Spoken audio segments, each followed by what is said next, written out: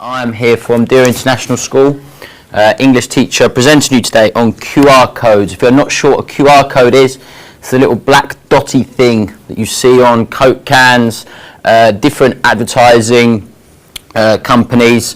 We're starting to use it in education, all right? I'm going to show you a couple of things today. Listen to the young lady, if it works. Good morning everyone, and welcome to this KHDA keynote presentation on QR codes. If you have any questions, raise your hands. Have a great day. So, there you go. She's become my teaching assistant. It's very useful when you have to have a day off through being on crutches to send in your cover work or things like that.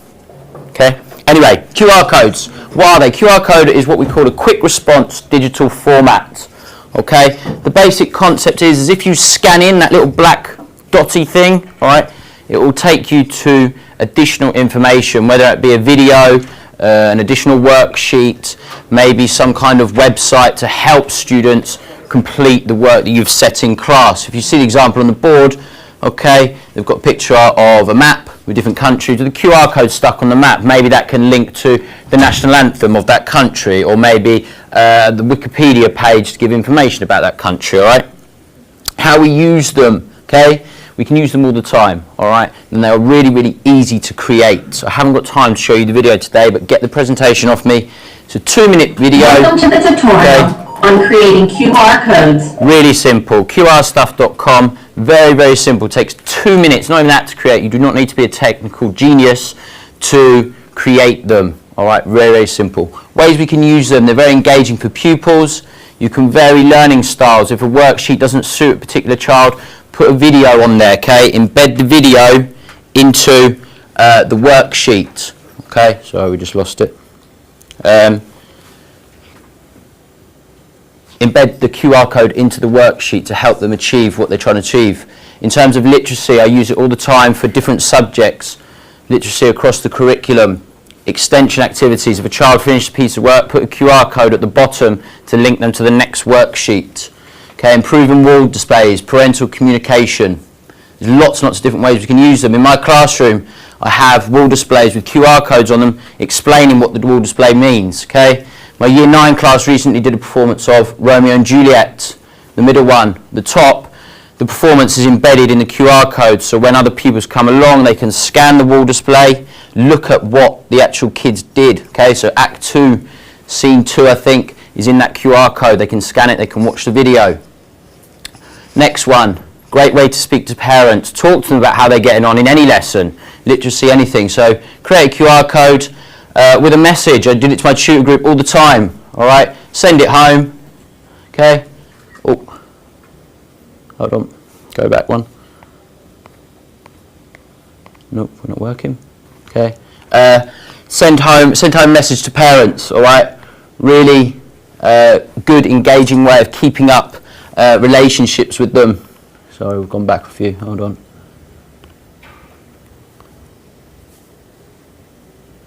Wait a second. Okay, so put it in their homework diaries. Create a short little video, like I said. Hello, £7 parents. Mr. Nishi giving us our weekly update on how £7 are doing at Deer International School. Okay, so I would speak to parents about how their individual pupils were doing, stick it in their homework diaries, instant communication. Loads of different literacy ideas. In the library, I would stick QR codes, almost like a maze, a puzzle, round the library, so kids have to go up, scan up. When they've done that task, they move on to the next one. All right? Literacy across the curriculum. When, as an extension activity, when a particular child has done something, I'll link it to a worksheet. This one in particular, for example, is science. Okay, it'll be a science activity relating back to literacy. So the questions will be science-based but have a literacy focus, so you can incorporate other elements of the curriculum in your lessons. Okay, and finally, when we get there, all right, I find them really, really engaging.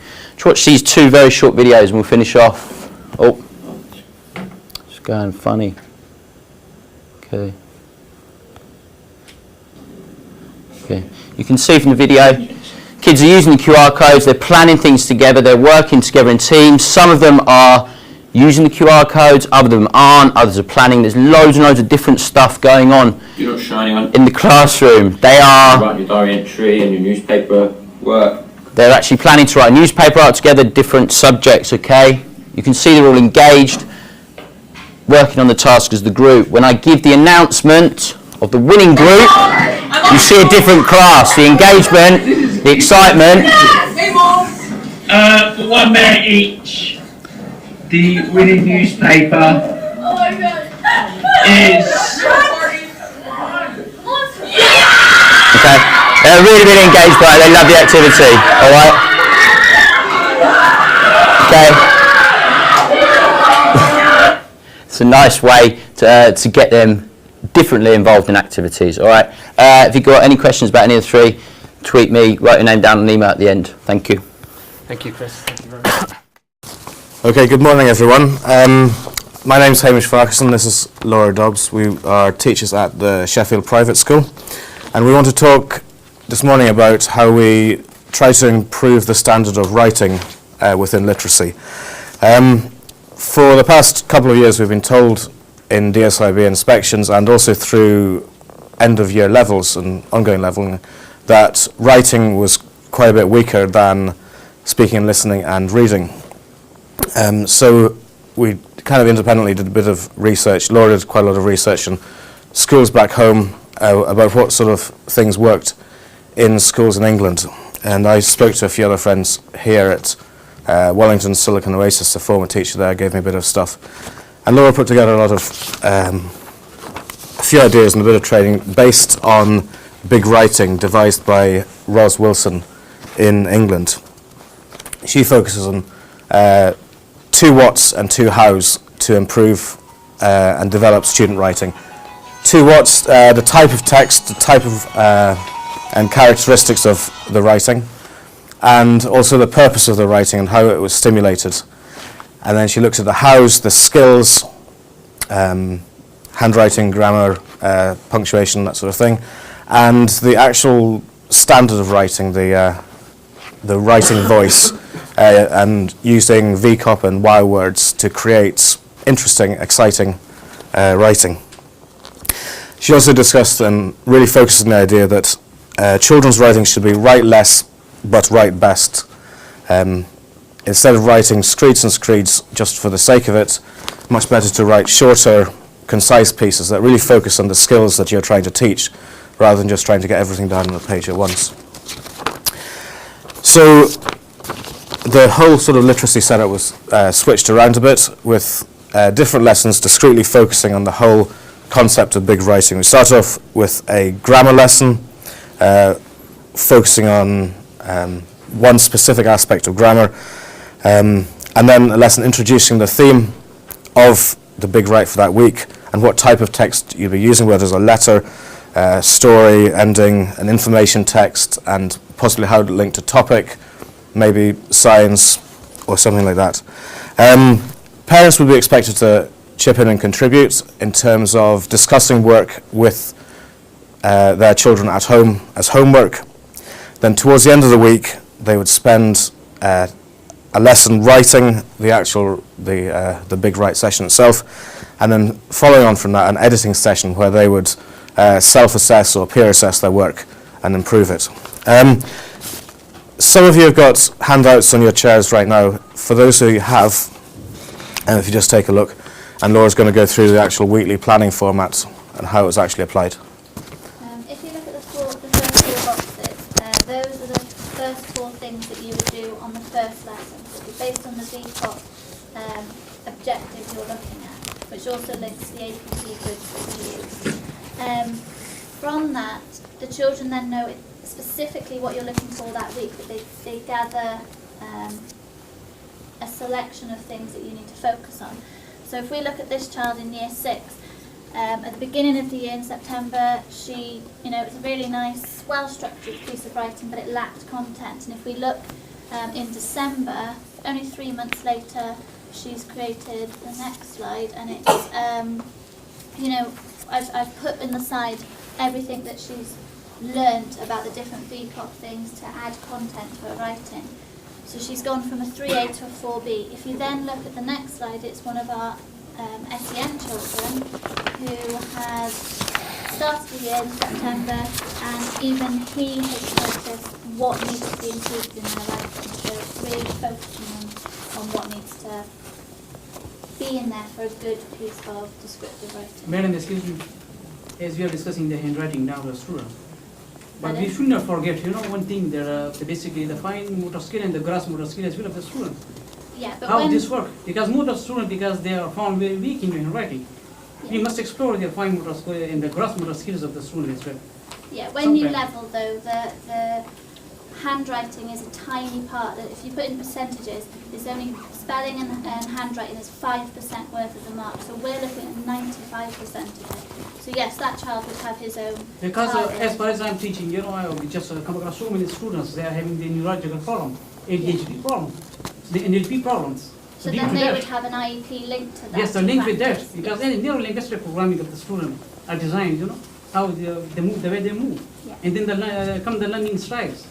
Is talk about the hectic students as well. They are having problem in handwriting. I think this sounds really interesting. Can we just Yes. carry on with the presentation and maybe we can meet afterwards? Basically, so it is related with that. Great. It is the most important thing in the teaching learning processes, the handwriting of the student. Okay. And they, again, the thing they deliver, the way they move, the way they will just follow. Yeah, but I suppose from the other side, it's only 5% of the mark. So if you're looking at 95% of the content and the rest of it's spelling and handwriting, there are some children who just need more help with their handwriting, and they will have focus during their IEP sessions, for example, with this child. Okay, final couple of slides are just looking at the actual evidence for the progress we have seen with students. Every student is making progress. You can see from the red line through to the blue line how the cohort has progressed from October right through to the end of December, and we're levelling again currently this week, so we should see even more progress with different groups, both across Year 5 and Year 6. Thank you very much. Now is going to talk to you about digital assessment. I'll do this. As Mark said, I'm Neil Oates. I work at Dubai British School. The whole idea behind digital bookmarking actually came the first Spark conference that I went to at DC, where I saw the presentation on QR codes, and I was thinking about how I could use QR codes more in the classroom, and I could see instantly how you could really engage students. One of the things I've always struggled with as a teacher is, especially when I was initially teaching, was the expectation of a high amount of bookmarking. Like teachers taking books home every week, carloads worth of books, and it seemed like insanity to me. I just thought, well, why are we doing this? Why is there such a requirement for teachers to spend so much time looking at books, taking it home with you? And I wanted to do, and it was combined with, if anyone's ever heard of The Lazy Teacher? Ever heard of The Lazy Teacher? If you've never heard of The Lazy Teacher, Jim Smith, look him up, okay? Best book, changed the way I teach, okay? It's all about getting the students to work for you and helping them to progress as a result of that. So just to say, at the start of this term, I haven't marked a single student's book by hand. Not a single student. I've not taken a single book home. I'm going to show you how I did that, all right? So, this is the sort of stuff that I get that you might see in books from bookmarking. Why are there so many rings on Saturn? Because God liked it, so he put a ring on it. Saturn was not a single lady. Next time you copy the answers, copy the right number, okay? You go to sleep in class, angry teacher, every day it's rude. We've got this giraffe here, some random comments from your students and all the rest of it. The point is, with bookmarking, if you're tired and you're constantly doing this bookmarking, all right, you cannot give good, outstanding feedback to your students in your books. It's a fact. You cannot do it. If you did it every single week, you can't give outstanding bookmarking. So why not limit it? Do it once a term, once every half term. Take those books in and do it in a different kind of way. I'm not saying this is the best way. You probably adapt it to your own practice or what have you, but it's the way I've been doing it, okay? So this is what you need to do digital bookmarking, all right? So all you need is a laptop with a webcam. All of you will probably have one of them. Windows Live Movie Maker, okay? It's completely free software. It's all on any Windows laptop. And what you can use either Google Drive or Dropbox, Now, if you want to go a little bit further, you can use a VLE. So we use Fronter or Edmodo at our school. Or you can, and if you want to go a little bit further, be a bit more techie, use a QR code generator. It's really easy to do. All right? Next one. Doesn't like you.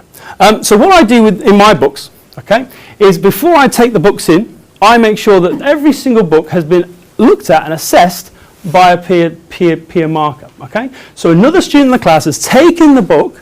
I've given all the homeworks that they've done. I've given them basic things that I want to look at. I've asked them to do some targets. And those students do the grammar checking and the speller checking to a certain degree for me. So when I take those books in, I've got a discussion point. I've got something to talk about, okay, in relation to what their peer has said, all right? And then it saves me time when it comes to assessing the work, okay? So that's the first thing I do. Next thing I do is I record a webcam video. So all I do, sit there in front of my computer, I have the book, and I talk through from the last assessment, last time I took the books in, to the current one and what they've done in their progress, what sort of things I've done, okay? And then I save that video to my Google Drive, and it instantly uploads to the internet so students can access it. And they can access it in a number of ways. I could send them a link. That's one way of doing it. I could also put it on my Edmodo group, which I do, so they log in there. Or, if I'm feeling really funky, I create a QR code using the link so they can scan in their book, they scan the QR code, they see my feedback, they listen to it, and then they make the changes from the video that they've got in front of them in their books. Okay? So instead of me writing stuff, they're actually looking at something and seeing me talking about what it is they should be doing to improve. And that's much more engaging for a student. A student seeing someone ticking and flicking all the rest of it through their books isn't going to be as engaged as a student who's seeing a teacher telling them what needs to be done, okay? And what I then do, and this is the key bit for this sort of thing to work, and it's the big problem I had with bookmarking before, are the students actually looking at it? Are the students actually doing anything about the marking I'm giving them? And it's a frustration because sometimes, if we're honest, they don't always do that, all right? They look at the grade, they move on. So I make them, they all have to write in the targets, yeah, that I gave them in the video. So at the end of the video, I verbally tell them what they need to improve on next year. They put them in there, and then we see them using the videos, putting the targets in, making the changes. We've got Hanan here, one of my students, who's got his targets, he's writing it in, and then we've got the students making the changes to the book in lesson. I've never seen students more engaged with their assessment, self-assessment, as when I've done this, okay? So any questions, drop your email on here, and I've got a handout at the front. So thank you very much.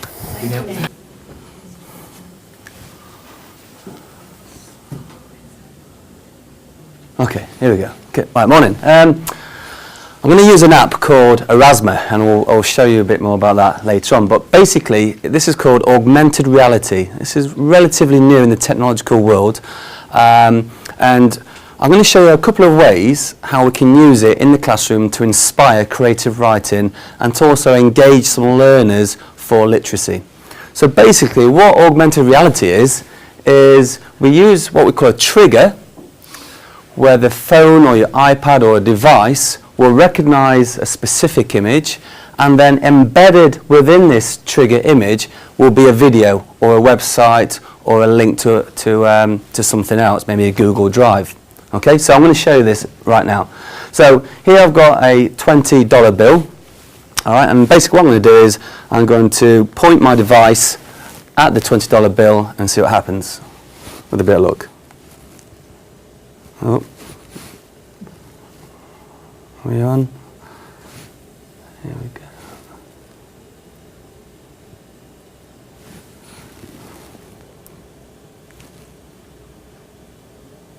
It was working this morning. Okay, I'll try another one. Here we go. Okay, this is the €20 instead.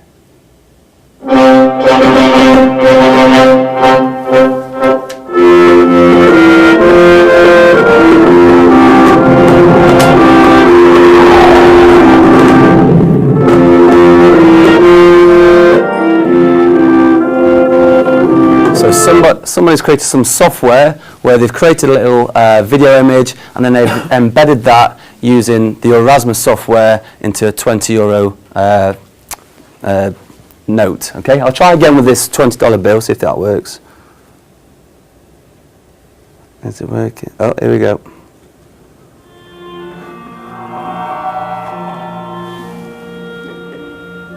Okay, it's not. So you've got the idea. That's augmented reality. So how can we use this in a classroom? Well, in English, to inspire some creativity, I'm going to use the Scottish poet Robert Burns, and then he's going to come to life and he's going to recite one of his masterpieces.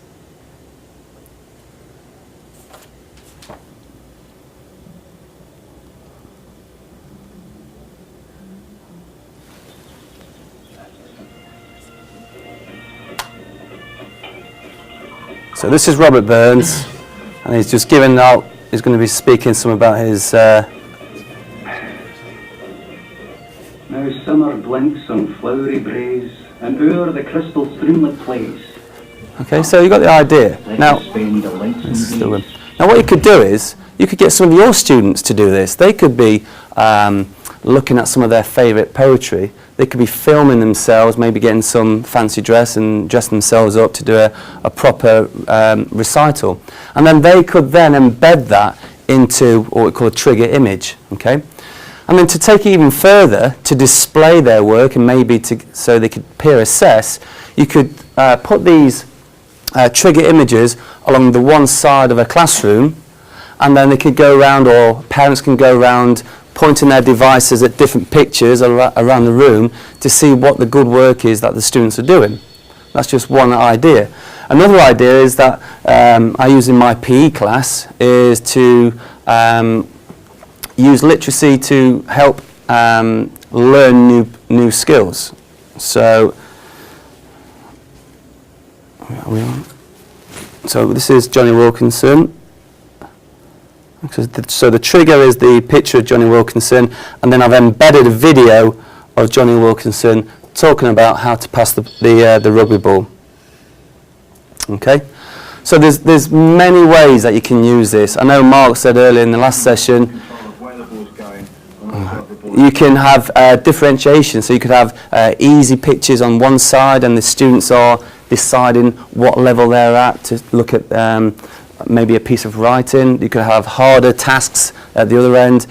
The world's your oyster. All you need is a trigger image, a bit of creativity, and then just let the kids go away and explore some creative work. Okay? Thank you. Sorry to put you under pressure. We're going to leave it there. If you would like to get involved with the Spark, if you want to host one yourself, if you want to attend one, please feel free to jot your name down on this piece of paper here. We have got 2 events coming up. We've got one in Doha on the 22nd of February, if you want to take a trip over there. And we've also got a huge one on the 4th of March in collaboration with Guess. So a much grander scale to this. It'll be a 3-hour event, or a 2-hour event, sorry.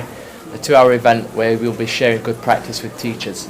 Please visit our website, sparkevent.me, to find out more. Again, as Ian has said, we're actually having a new website built currently. It should be launching on the 22nd of February. So sparkevent.me, sorry about the link there at the top, if you want to get involved with hosting or attending a Spark yourself. Thank you for your time. Thank you very much. If you'd like to leave emails, please do.